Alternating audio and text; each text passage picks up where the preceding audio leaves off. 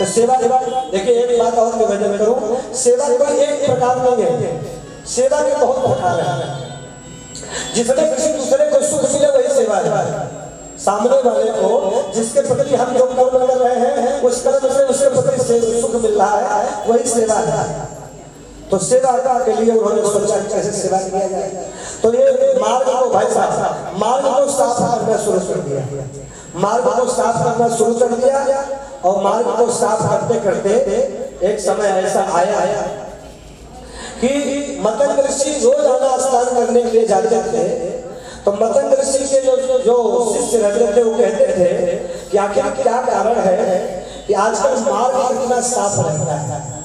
भाई साहब आए हैं, क्या बात, आपका स्वागत है, जोरदार ताली बजाइए। क्या बात है,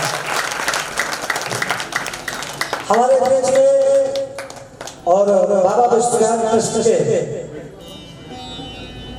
ट्रस्टी श्रीमान वेंकटरमण घनपाठी जी पधारे हैं, अद्भुत विद्वान है, जोरदार ताली बजाइए।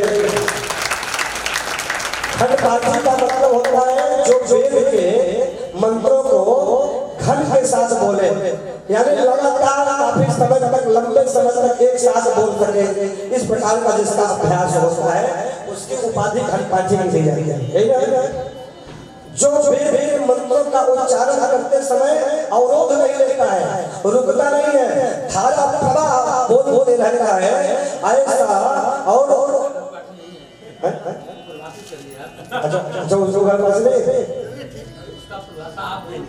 अच्छा ये भी है ये है थोड़ा बहुत बड़े थोड़ा बहुत घन 5 भ्रमण नहीं हो सकता। मैंने कर्नाटक में जो मैंने देखा राघवेश्वर भारती जी के आश्रम में बहुत सारे घनपाठियों का वहाँ कार्यक्रम होता रहता था, उसमें हमने हमारे बीच में आप सब जानते ही हैं, एक बार आ चुके हैं, हम लोगों को बहुत स्नेह करते हैं। काशी हिंदू विश्वविद्यालय में आप प्रोफेसर के पद पर इस समय सुशोभित हो रहे हैं और भाव में बहुत सारी चीज घबरा जाती है, अभी बच्चा होगा। अब इस नाते से श्रीमान राकेश जी भाई साहब राष्ट्रीय स्वयं सेवक संघ के सह कार्यवाह ये जो काशी प्रांत है आरएसएस को भारत के अंदर और लगभग 48 प्रांतों में विभाजित किया गया है। 45 प्रांतों में विभाजित किया गया है, उसमें एक काशी प्रांत है। काशी प्रांत को और प्रशासनिक दृष्टिकोण से लगभग 12 जिले आते हैं, 12 जिले आते हैं, कुछ समूह नहीं होते हैं, 12 जिले आते हैं जिसको कार्य की दृष्टि से संघ ने उसमें से इस समय 25 से 26 27 जिले बनाए हैं, थोड़ा बड़े हैं, 27 जिले बने हुए हैं। उस 27 जिलों में जो सब काम होता है संगठन का, उस सब के जो मूल अधिकारी होते हैं, जो अधिकारी होते हैं वो उसको कार्यवाह बोलते हैं ना, ये बताइए। वैसे श्रीमान राकेश तिवारी जी जोरदार ताली है।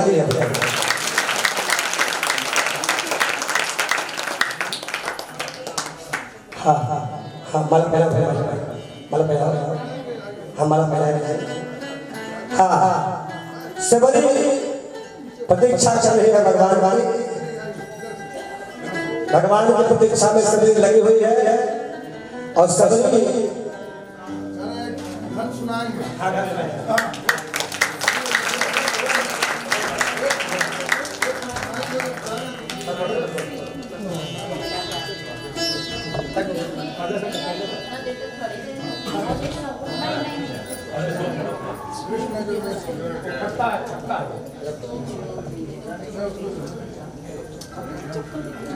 बहुत सुंदर आप सुनिए 2 मिनट।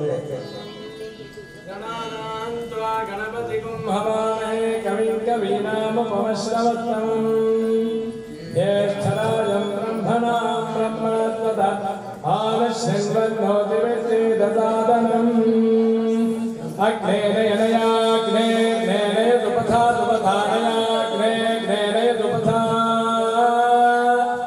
नयतु पथा तुपथा नयनयतु पथा राजे राजे तुपथा नयनयतु पथा राये तुपथा राये राजे तुपथा तुपथा राये अस्मान् अस्मान् राये तुपथा तुपथा राये अस्मान् तुपथे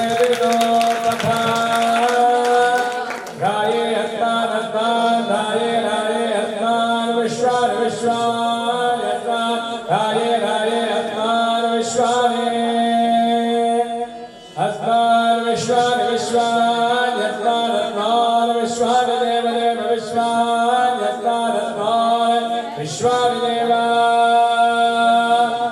विश्वानि देवदेव विश्वानि विश्वानि देव भजनानि भजनानि देव विश्वानि विश्वानि देव भजनानि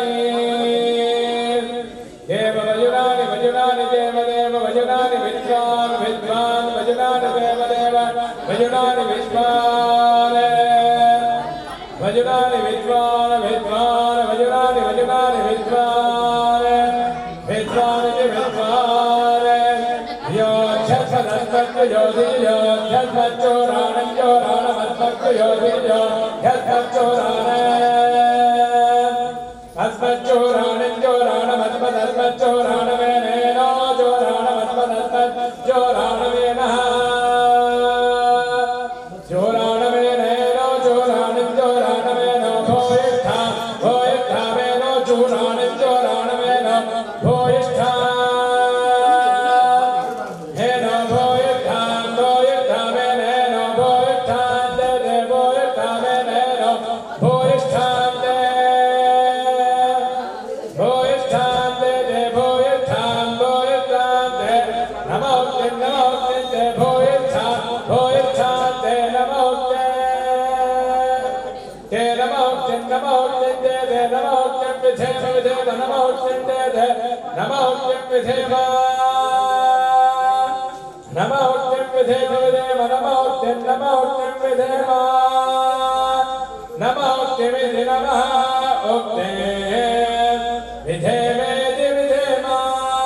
तत्विष्णो परमं पदं सदा पश्यन्ति सूर्यः दिवि वचक्षुरादगा तद्विप्रादो विपन्यवो चाकृपागं दत्तमिन्धते विष्णो यत्परमं पदं नारायणाय विद्महे वासुदेवाय धीमहि तन्नो विष्णुः प्रचोदयात्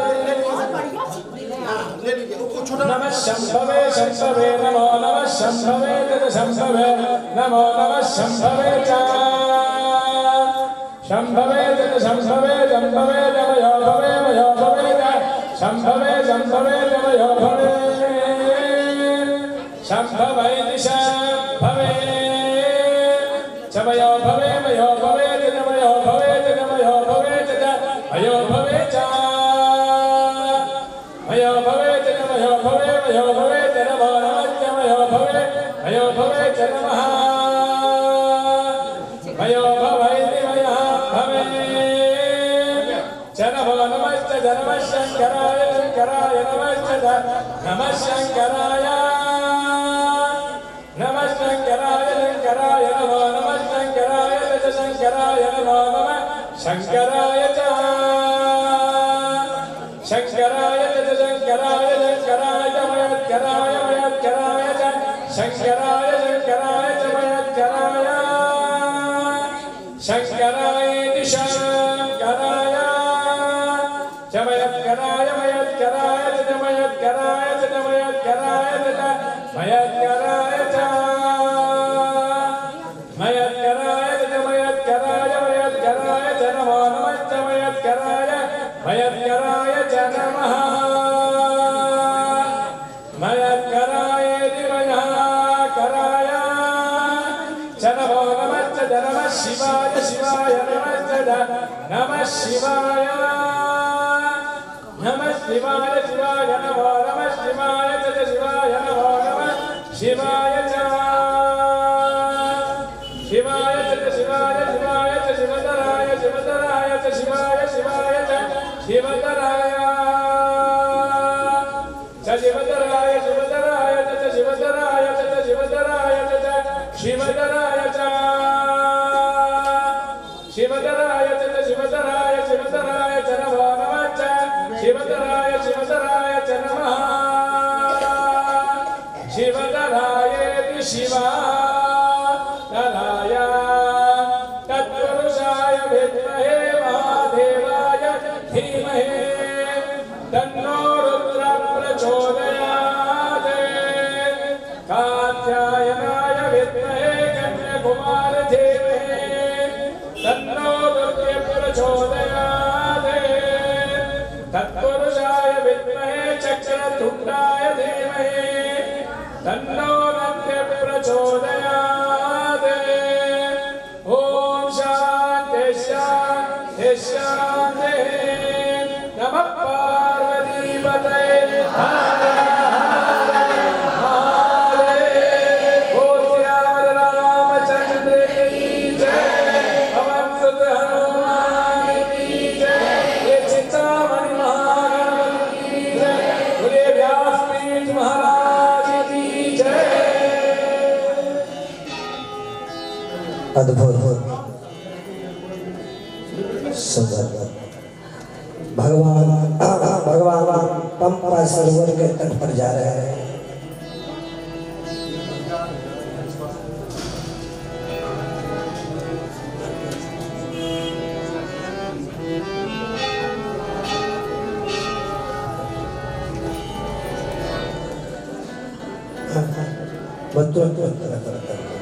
पंपा सरोवर के तट पर भगवान पहुंचे हैं। सबरी के लिए गीत गा रहे हैं, प्यारा सा गीत है।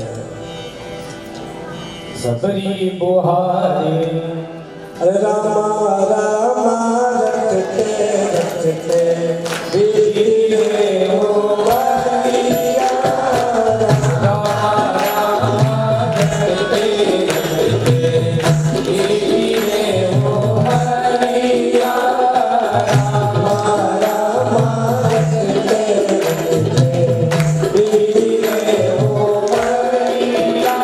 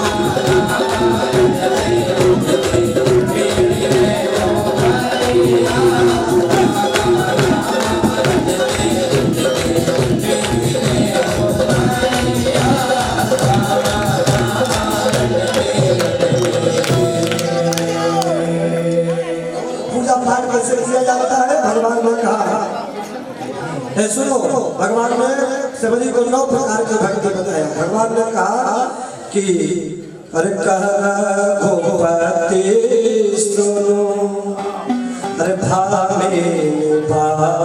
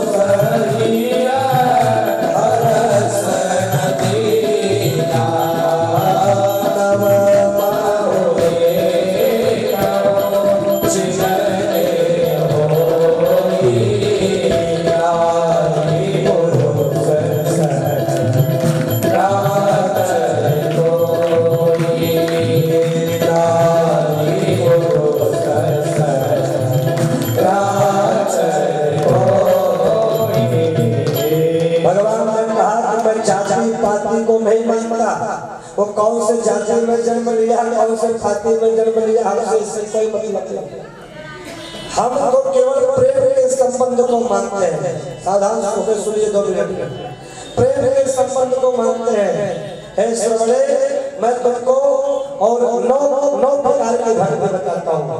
सबसे पहली भक्ति है प्रथम भगत संतन कर संगा। पहली भक्ति है संतों का संग करना, ये पहली भक्ति है। दूसरी मम कथा प्रशंसा, मेरे कथा में, मेरे प्रशंसों में जिसकी रति हो मैं उसके हृदय में निवास करता हूँ। ये दूसरी भक्ति बताई जो सब बजाओ। और क्या बताया?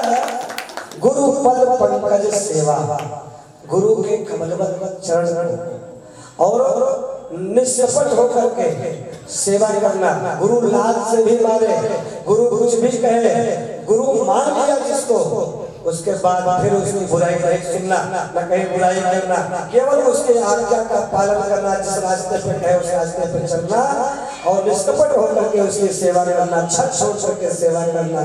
ये है तीसरी भक्ति। अमान मतलब मान को छोड़ छोड़। चौथी भक्ति मम गुरु करना, मेरे गुरु का जो गुणानुवाद करता है, मेरे गुणानुवाद करना, ये चौथी भक्ति है। गुणानुवाद मतलब कथा करना, भगवान के नाम की चर्चा करना, भगवान के गुणों की चर्चा करना। जहाँ 4 लोग 10 लोग बैठो, भगवान की चर्चा करो, आपस में गलचौदा न करो। और वहीं पर भगवान निवास करते हैं। कहते हैं कि पांचवी भक्ति है कि जो वेदों में कई बातें हैं, जो वेदों में लिखे गए मंत्र हैं, मन पर जाप मम दृढ़ विश्वास मान करके दृढ़ता के साथ उसका जाप करना, ये पांचवी भक्ति है। और निरंतर सज्जन धर्म, सज्जनों का निरंतर साथ करना। सज्जनों के साथ रहेंगे तो जैसी संगति वैसी रंगति, जैसा साथ रहता है वैसा आदमी का जीवन अपने आप बन जाता है। इसलिए समझ बूझ करके साथी बनाना, जो सत्संगी हो, जो सज्जन हो, ऐसे लोगों के साथ रहना, ये वो पांचवी भक्ति, छठी भक्ति है। और छठ तमशील है, छठ तमशील विरत बहुकर्मा। एक होता है इंद्रिय निग्रह, एक होता है सम, एक होता है दम। इंद्रिय निग्रह करना, एक होता है मन का निग्रह करना, मन को अपने बस में करना, इंद्रियों को अपने बस में रखना। और जब ये रख लेंगे तो उसको कहते हैं, तब जाकर के सज्जनों का संग आपको मिलेगा, सज्जनों का साथ निरंतर पकड़ कर रखना। उसके बाद कहते हैं सातो सम मोहि मैं जग दे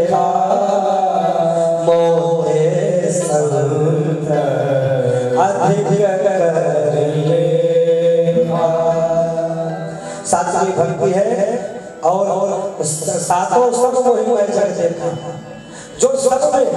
जो सब में हमारा ही नहीं तो देखता है। सिया राम में सब जग जानी करहो प्रणाम जोर जोग पानी। सबसे श्रेष्ठ भक्ति है। सबके अंदर मेरा दर्शन करना, जब ये भाव आपके अंदर आ जाएगा तब मानिए कि शास्त्रीय भक्ति आपकी पूर्ण होगी। भगवान की मूर्ति में दर्शन करना ये और जप करना और यात्रा करना, ये सब तो करना, संतों का संग करना, ये सब ठीक है। लेकिन जिस दिन सबके अंदर दर्शन करने का भाव आ जाएगा, वही कहते हैं सातों सब मोहि में जग देखा और मोते सत अधिक लेखा।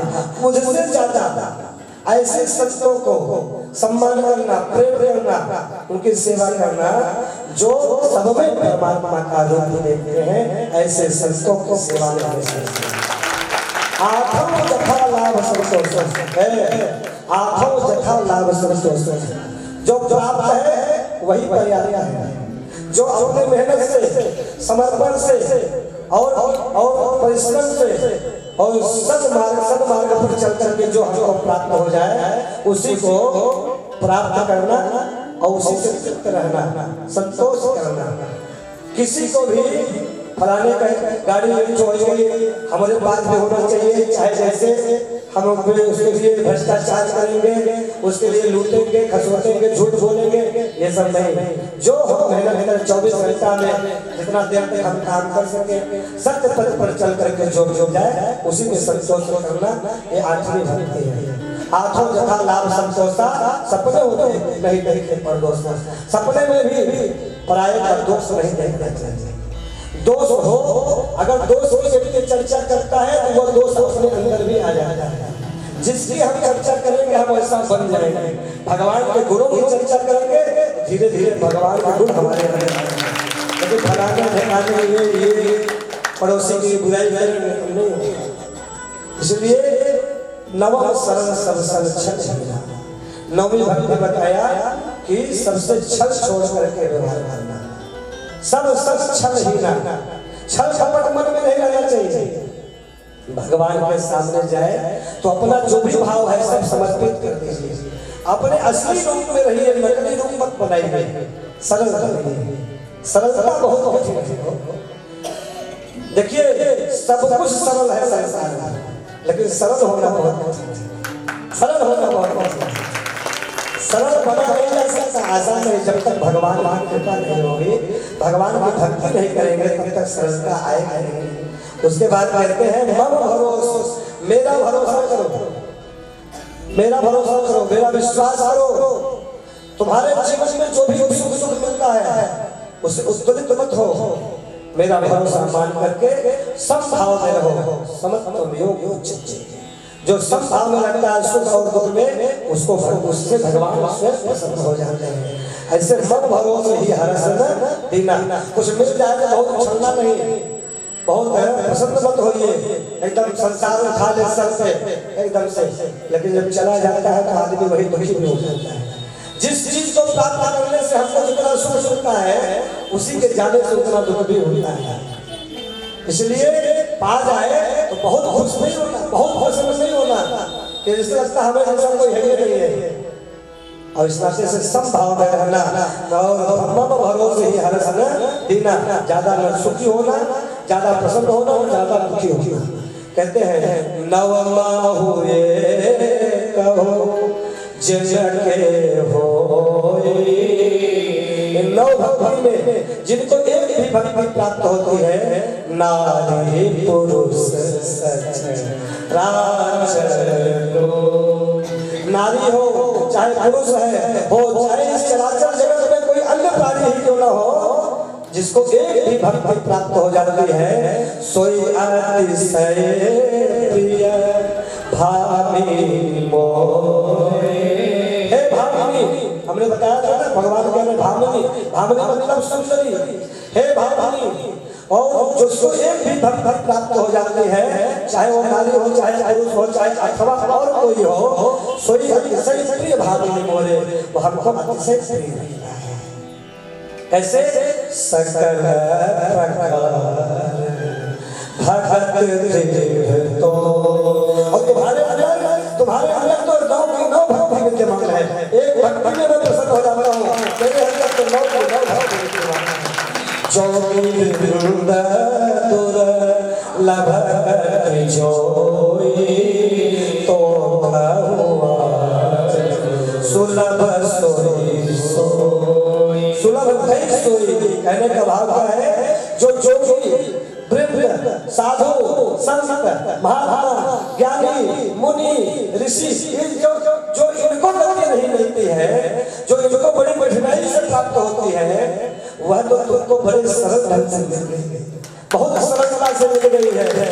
और कहते हैं कि संसार में यह भक्ति प्राप्त करना और सभी जीवों के लिए दुर्लभ है, लेकिन हे श्रवणे, यह भक्ति तुम्हारे लिए आज जो सबसे दुर्लभ थी वो आज सुलभ हो गई, इसलिए अब तुम्हारा जीवन धन्य हो गया। तो माता जी ने कहा कि हे प्रभु, अब हमको हमारे गुरु के पास आप भेज दीजिए। भगवान ने कहा सबसे पहले तुम बताओ कि मैं आगे जाऊंगा। उन्होंने बताया ऋषिमुख पर्वत पर बाली नहीं जाता है, उसी के डर से और इस समय उसी के डर से इस समय उसका भाई सुग्रीव वहां निवास करता है। जाओ तो उसकी तुम्हारी समस्या है, वैसे उसकी समस्या है, जाओ तो उससे मित्रता करो। राम आप जाइए वहां पर, हमको हमारे गुरु लोग भेजिए। भगवान ने सभी अम्बा को गुरु के लोग भेज दिया और भगवान गए सुग्रीव के पास में। सुग्रीव ने हनुमान जी महाराज को भेजा परीक्षा लेने के लिए, परिचय पूछने के लिए, और हनुमान जी महाराज आए। जब परिचय प्राप्त किए तो तब भगवान को लेकर के गए और वहां पर स्थापित के। समय कम है, इस नाते से थोड़ी साथ संक्षिप्त में करके हम आरती में चलेंगे। तो कहते हैं कौन तुम श्यामल लीला छत्री रूप फिरहु वन में, कठिन भूमि कोमल पदगामी कवन हेतु विचरहु वन स्वामी। आपके चरण कोमल है और आप क्यों यहाँ भ्रमण कर रहे हैं कंटका मार्ग में? हे प्रभु आप कौन हैं बताइए। तब भगवान ने अपना परिचय दिया, मैं राजा दशरथ का पुत्र राम हूँ, मेरे अनुज है, भ्राता और लक्ष्मण है, मेरी पत्नी का हरण करके कोई राक्षस ले गया है, उन्हीं को ढूंढते हुए मैं यहाँ आया हूँ। और भगवान को ले गए सुग्रीव जी के पास। सुग्रीव ने भगवान से कहा कि जैसी समस्या आपकी है वही समस्या हमारी है। हमारी पत्नी का हरण कर लिया है हमारे भाई, हमारे राज्यपाल को ले लिया है, सेम समस्या हमारी आपकी है, और आपस में हम लोग मित्र हो जाए। भगवान ने उनको मित्र बनाया है कि नहीं है? सेम समस्या है कि नहीं है? और उसके पीछे कहानी अलग अलग, बात अलग है, ये समस्या दोनों की सेम है। और इसलिए मित्रता हो गई। भगवान से उसने शर्त रखा, हम आपका सहयोग करेंगे, लेकिन पहले आप हमारा सहयोग करेंगे, हमको हमारा राज्यपाल दिलवाइए, हमारी पत्नी दिलवा दीजिए, हम आपको सहयोग करेंगे। भगवान ने बाली को मारा। कैसे मारा ये सब आप जानते हैं। भगवान ने मारा, बाली ने पूछा कारण कौन कहा कोई मारा? भगवान ने बताया अपने छोटे भाई की पत्नी को अपने घर में रखना ये सर्वथा पाप है। यह भूमि इस समय संसार की भरत के कब्जे में है, भरत इसके राजा है, इस समय इसकी देख रेख भरत कर रहे हैं, उनके भाई मैं हूँ।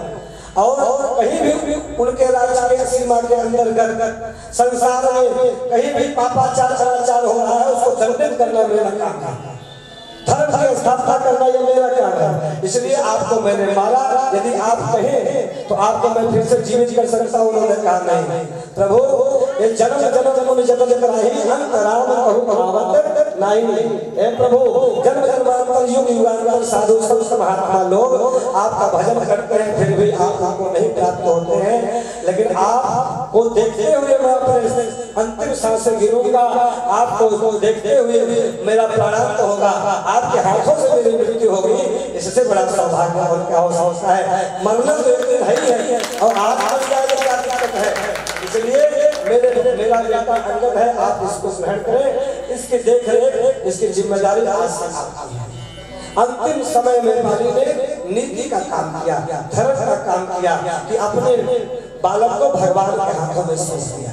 इसलिए प्रत्येक व्यक्ति को आज संदेश लेना चाहिए इस प्रसंग से कि हम अंतिम समय तो आएगा ही, हमको संसार से जाना ही है, लेकिन जाने से पहले अपने आने वाली जो पीढ़ी है अपने बच्चों को भगवान को समर्पित करके चलो। भगवान को समर्पित करके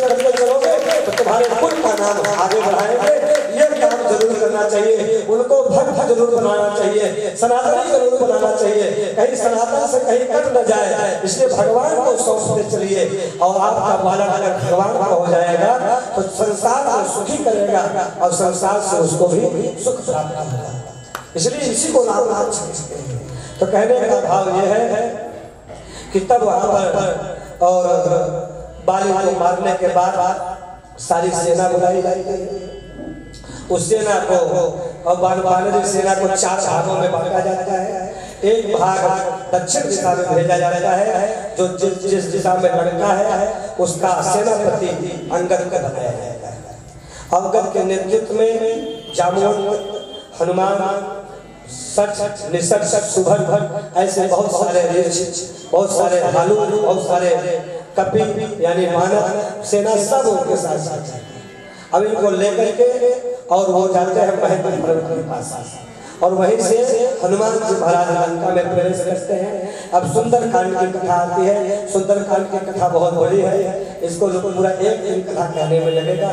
सुंदरकांड में हनुमान जी महाराज एक किनारे बैठे रहते हैं और उसी समय जामुन जी ने उनको कहा कि का चुप साध रहो बलवान। हे बलवान, आप क्यों शांत होकर के बैठे हुए हैं? आप कृपा करके मुझे बताइए। कहते हैं अरे दुनिया चलना श्री राम के बिना, राम चलना हनुमान के बिना, दुनिया चलना श्री राम के बिना, राम चलना हनुमान के बिना, हरे चित्त सुनो हनुमान, आज साज रहो बलवान।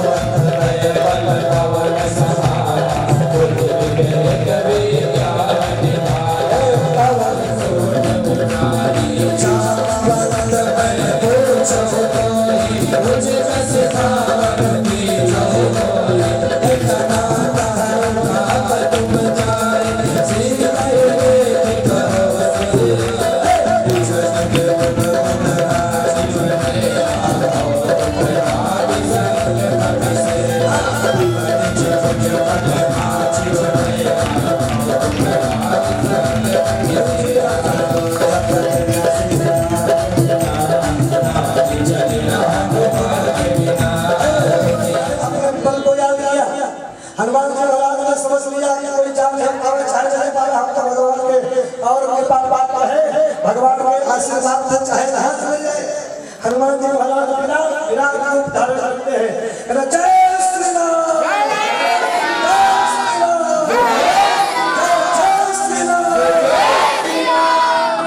हनुमान जी महाराज विराट रूप धारण करके और समुद्र को लंघन करते हुए और लंका में प्रवेश करते हैं।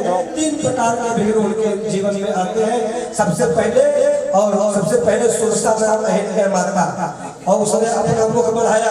हनुमान जी महाराज ने प्राण के अंदर घुस करके माता जी जाने दीजिए, पर मैं यहाँ खा लेना। फिर दूसरा और विघ्न आया सिंहिका को हनुमान जी महाराज ने एक मुष्टिका मारा और सिंहिका धराशायी हो गई। और तीसरा विघ्न आया लंकनी को हनुमान जी महाराज ने एक मुष्टिका में धराशायी कर दिया। 3 विघ्न आया। हनुमान जी महाराज लंका में प्रवेश किए। लंका की इंच भूमि को हनुमान जी महाराज ने परीक्षण किया, इंच भूमि। और वहां पर भी गए जहाँ पे मंदोदरी विश्राम कर रही थी, वहां पर भी गए जहाँ पे रावण विश्राम कर रहा था। हनुमान जी महाराज देखे जब यहाँ पर नहीं है और तब हनुमान जी महाराज अशोक वाटिका में आए। अशोक वाटिका का जो मुख्य द्वार है उसके ऊपर चढ़ गए और चढ़ने के बाद सब जगह देख रहे हैं कि सब राक्षस लोग मदिरा पी करके मतवाले भय हैं। तब उन्होंने देखा कि यहाँ पर कुछ दिखाई नहीं दे रहा है। बड़े ध्यान से देखा, वहाँ कुछ राक्षसियाँ भी बोल रही है, मामला क्या है? तब ध्यान से देखा, उन्होंने कहा एक स्त्री और वहाँ पर बैठी हुई है, बहुत उदास है।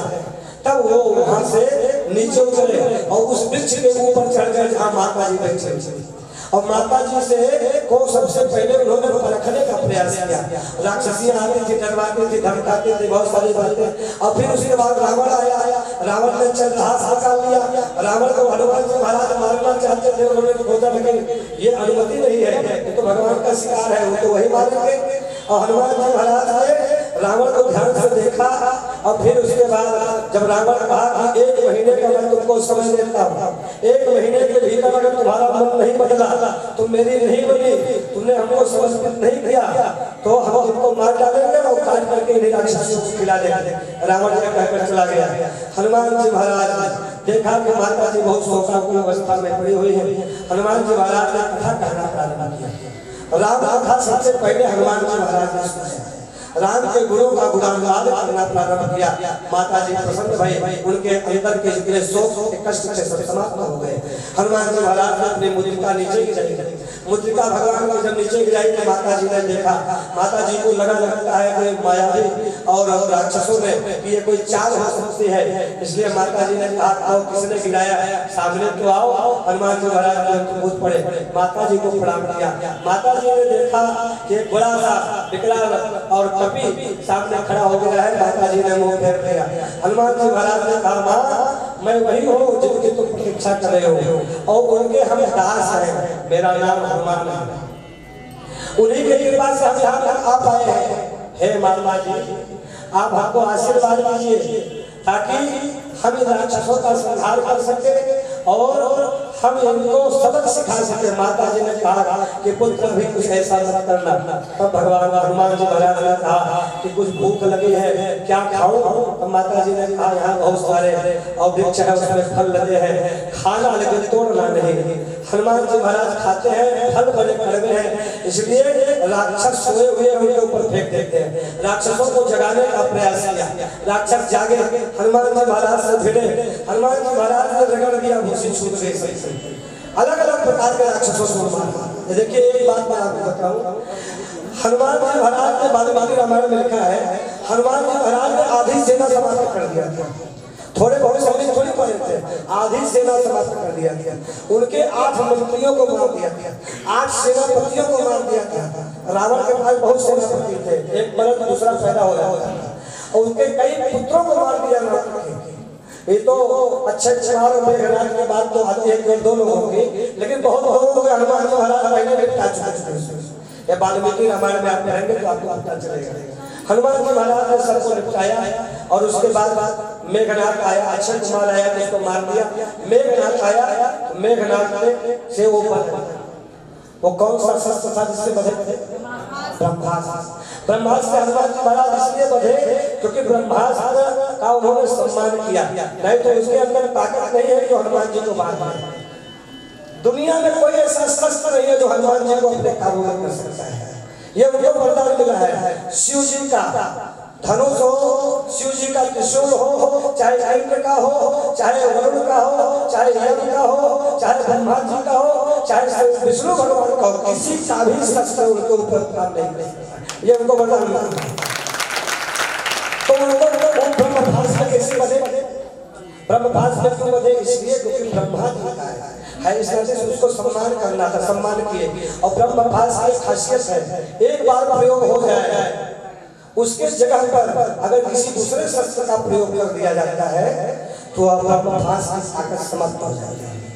उसका केवल अकेले का काम है, वो जो भी काम करता है वो अकेले करता है, लेकिन उसकी जगह पर अगर किसी दूसरे को भी निमित्त कर दिया जाए वहां पे तो वो अपना प्रभाव समाप्त कर देता है।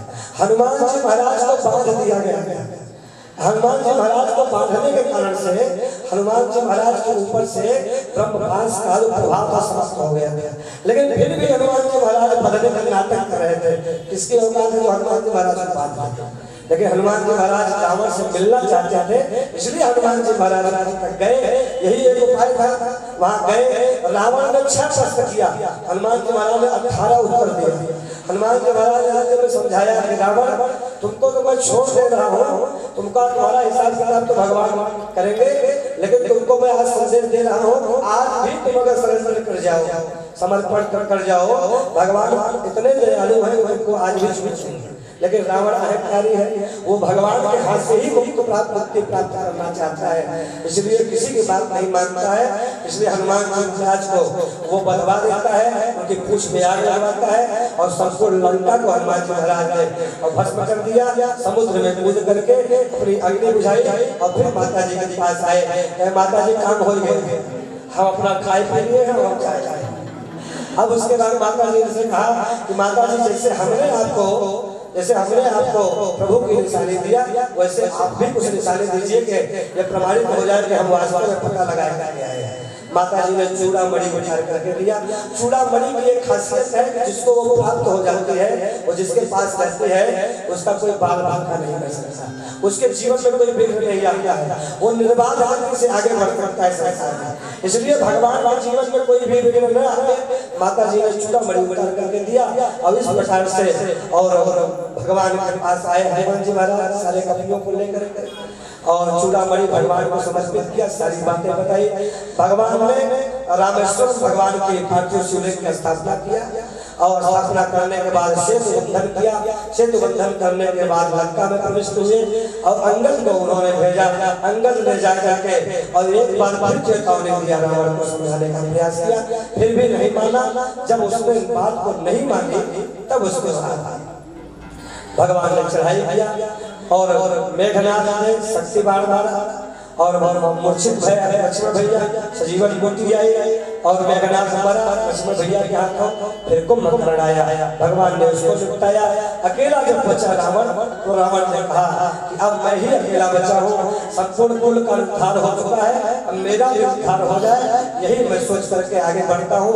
देखिए जो भगत है भगवान उसको नहीं मानते, विभीषण को ही राजगादी देते हैं। रावण आता है, रावण के 10 शीशों को काट लेते हैं, 20 भुजाओं को काट देते हैं, लेकिन उसको आशीर्वाद मिला हुआ है, वरदान मिला हुआ है। तो विभीषण ने बताया कि उसके नाभि में अमृत है, भगवान ने और अग्निबाण मार करके नाभि के अमृत को सुखाया, तब जाकर के रावण मरता है। रावण के देहावसान के बाद और संपूर्ण और संसार में निर्भयता का वातावरण, आनंद का वातावरण हो जाता है। बोले श्याम रामचंद्र की जय। सभी देवता लोग और लंका के ऊपर आकर के भगवान के ऊपर पुष्प वृष्टि करने लगते हैं, सब लोग शांति से तब रहने लगते हैं। भगवान ने कहा कि जाकर के और राज्याभिषेक करवाइए और इनका राज तिलक करिए। और सुग्रीव और लक्ष्मण भैया इन लोगों ने जाकर के और राज तिलक किया विभीषण का। उसके बाद भगवान कहते हैं अपना पुष्प विमान लेकर के आइए।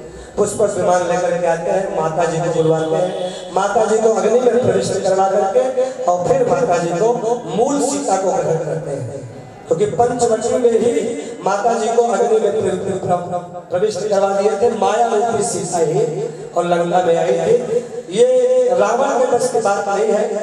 और कंबल रामायण में ये लिखा है कि जिस भूमि पर माता जी बैठी हुई थी और चित्रकूट में पंचवटी में, उस भूमि के सहित और रावण माता जी को ले गया, क्योंकि लंका की भूमि पर माता जी चरण नहीं रख ही नहीं सकती। अगर रख दे तो लंका जल करके भस्म हो जाए, इतनी ताकत। लेकिन फिर भी ऐसा कहा जाता है कि माता जी को उस भूमि के साथ, वहाँ की पूरी मिट्टी के साथ माता जी को ले गया था, इसलिए माता जी वहीं पर रही और उसके बाद भगवान लेकर के आते हैं।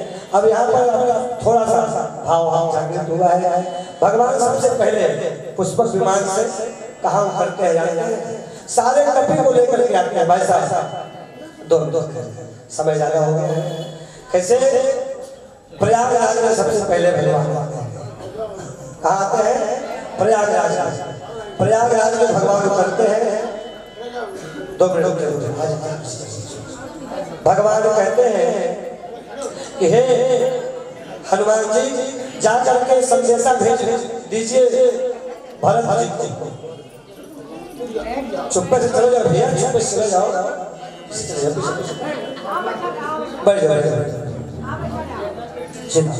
हो गया, 2 लोग खड़े हैं, 2 मिनट खड़े रहिए। हम लोग भाई बड़े सज्जन लोग हैं। हाँ कहा कि हनुमान जी महाराज जा करके आप संदेशा दीजिए, अवध से एक दिन भी एक क्षण भी ज्यादा होगा तो हम भरत को जीवित नहीं पाएंगे, क्योंकि भरत का प्रेम हम जानते हैं। इसलिए हनुमान जी महाराज ब्राह्मण का रूप धारण करके और अयोध्या में प्रवेश करते हैं और कहते हैं कि रहो एक दिन अवध अधारा समुझ मन दुख भयो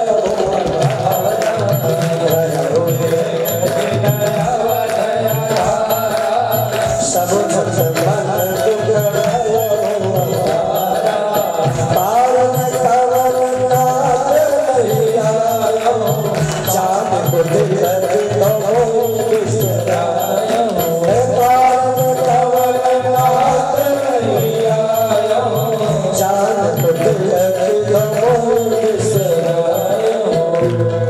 इतने में हनुमान जी महाराज प्रकट भए और ब्रह्म प्रकाश स्वरूप धारण करके जब प्रकट भए और भैया के पास आते हैं प्रभु के आने की सूचना देते हैं। कैसे? अरे बजरंग लाए खबरिया राम आते नगरिया, बजरंग लाए खबरिया राम आते नगरिया, आते नगरिया राम जी आते नगरिया, आते नगरिया राम जी आते नगरिया, बजरंग लाए खबरिया राम जी आते नगरिया, बजरंग लाए खबरिया राम जी आते नगरिया, राम जी आते नगरिया। पुरन जी सुजस सुरगान, पुरन जी सुजस सुरगान, सीता सहित अनुज प्रभुआन, सीता सहित अनुज प्रभुआन, सुनत बचन बिसरे सब दोषा, सुनत बचन बिसरे सब दोषा, श्रावण तज पाए पियोसा, श्रावण तज पाए पियोसा, या भगत है बबरिया राम आते नगरिया, राम आते नगरिया, राम आते नगरिया, बजरंग लाए खबरिया राम आते नगरिया, कौन तार कहाँ आए, कौन तार कहाँ आए, परमपति वचन सुनाए, और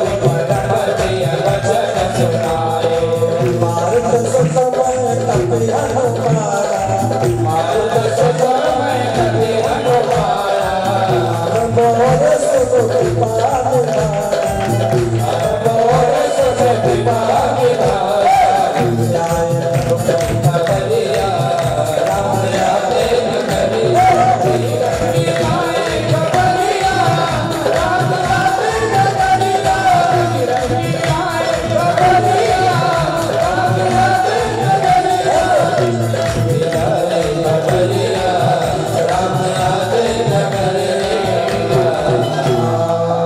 प्रभु की सूचना मिलते ही और तुरंत गुरुदेव भगवान के घर पे और भागे भागे गए, कहते गुरुदेव प्रभु आ रहे हैं और आदेश से लिए राजहालम की आज्ञा दीजिए। और तुरंत कहते हैं संपूर्ण नगर को सजाया गया, उसी समय पौड़ी बनाई गई है, संपूर्ण नगर को सजाया गया, यज्ञ याग कर्म हो रहे हैं, सब आनंद महोत्सव मनाए जा रहे हैं। और कहते हैं अरे आते हैं रघुनंदन, अरे सजवा को द्वार, शरण कलश रखवा दो, बनवा दो दरबार, सजवा दो द्वार, शरण कलश रखवा दो, बनवा दो दरबार, है रघुनंदन सजवा दो द्वार, शरण कलश रखवा दो, बनवा दो दरबार, सजी नगरिया है सारी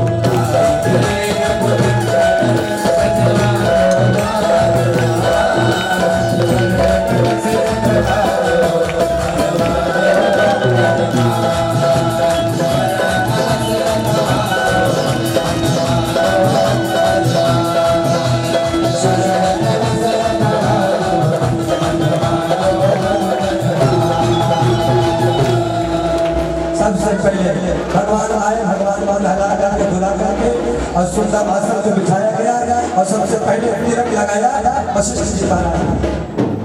अरे प्रथम तिलक वशिष्ठ मुनि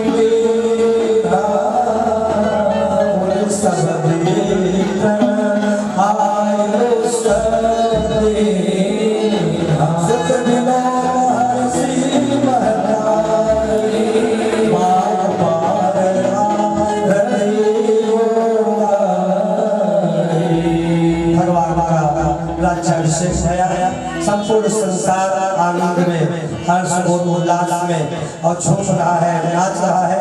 हम सब भी झूमे और नाचे और हम लोग अपने अपने स्थान पर अभी खड़े हो जाएंगे। आरती के बाद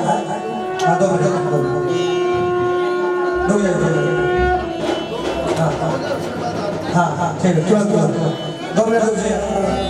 अवधि आज बाजे बतैया